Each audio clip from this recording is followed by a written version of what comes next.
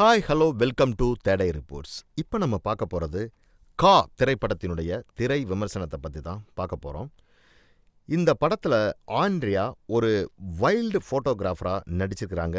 Wild life புகைப்பட கலைஞராக இருக்கக்கூடிய ஆண்ட்ரியா ஒரு வனப்பகுதியில் புகைப்படம் எடுக்கிறதுக்கு போகிறாங்க.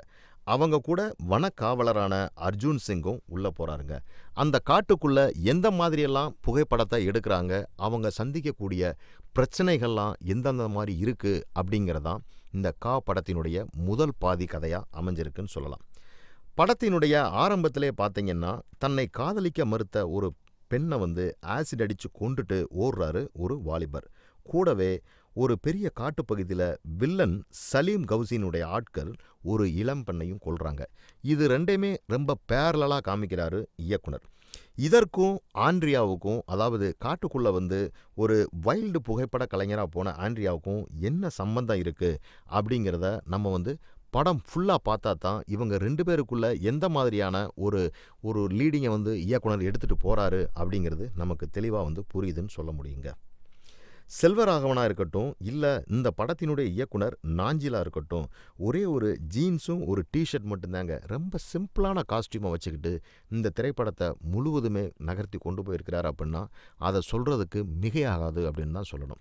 பிகாஸ் ஏன்னா ஒரு காட்டுக்குள்ளே நம்ம ஷூட்டிங் போகிறோம் அப்படின்னாலே அது ஒரு பெரிய ஒரு விஷயமா இருக்கும். ஆனால் காஸ்டியூம்ஸில் எந்த ஒரு பெரிய சேஞ்சஸுமே இல்லாமல் ரொம்ப ஒரு அருமையான கதையை எடுத்துகிட்டு கொண்டு போயிருக்காருங்க. அர்ஜுன் சிங் நடிப்பை பற்றி சொல்லணும் அப்படின்னா, அவர் அச்சு அசலா அப்படியே ஒரு வனக்காவலர் வேடத்திற்கு ரொம்ப பொருத்தமானவர் அப்படின்னு சொல்லலாம். அர்ஜுன் சிங் இந்த படத்தில் தனக்குன்னு ஒதுக்கப்பட்ட கேரக்டரை அச்சு அசையாமல் ரொம்ப ஒரு அருமையாக செஞ்சு நடித்து புரிஞ்சிருக்காருன்னு சொல்லலாங்க. சலீம் கவுசினுடைய மெஜஸ்டிக்கான நடிப்புக்கு படத்தில் சூப்பர் எக்ஸலண்ட்டுன்னு சொல்லலாம். இவர் படத்தில் பார்த்தோம் அப்படின்னா ஒரு புரட்சிப்படை தளபதி போன்ற ஒரு வேஷத்தில் ரொம்ப அருமையாக ட்ரெஸ் கோடெல்லாம் போட்டு வர்றாருங்க. அவருக்கு கூட வர்றவங்களும் அதே மாதிரி வர்றப்ப பார்க்குறதுக்கு ஸ்க்ரீனில் அருமையான ஒரு வடிவமைப்பாக இருக்குன்னு நம்ம சொல்லலாம்.